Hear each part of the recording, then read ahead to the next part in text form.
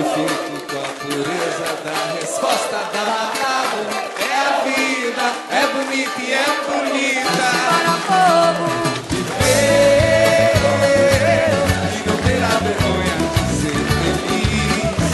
Cantar e cantar e cantar a beleza de ser da equipe Batalha. Ah, meu Deus, eu Eu sei. sei que a vida devia ser bem melhor e será, mas isso não impede que eu repita. É bonita, é bonita e é bonita. Viver e não ter a vergonha de ser feliz. Cantar e cantar e cantar a beleza de ser da equipe Batalha. Ah, meu Deus, eu sei. Que a vida devia ser bem melhor e será, mas isso não impede que eu repita. É bonita e é bonita. E a vida o que é, diga lá, meu irmão.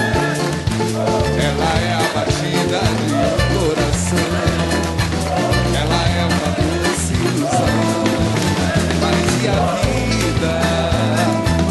Ela é maravilha ou é sofrimento? Ela é alegria ou lamento? O que é, meu irmão? Há quem fale que a vida da gente é uma dor. É uma dor que é um tempo que nem dá um segundo. Há quem fale que é um divino mistério profundo. É um sopro do Criador, numa atitude repleta de amor. O que é luta e prazer, ele diz que a vida é viver. Ela diz o melhor é morrer, pois a nada não é e deve sofrer. E só sei que confio na batalha e nela eu ponho a força da fé. Somos nós que fazemos a vida, como der, eu puder, eu quiser. Sempre desejada, por mais que esteja errada. Ninguém quer a morte, só saúde e sorte. E a pergunta roda e a cabeça gira.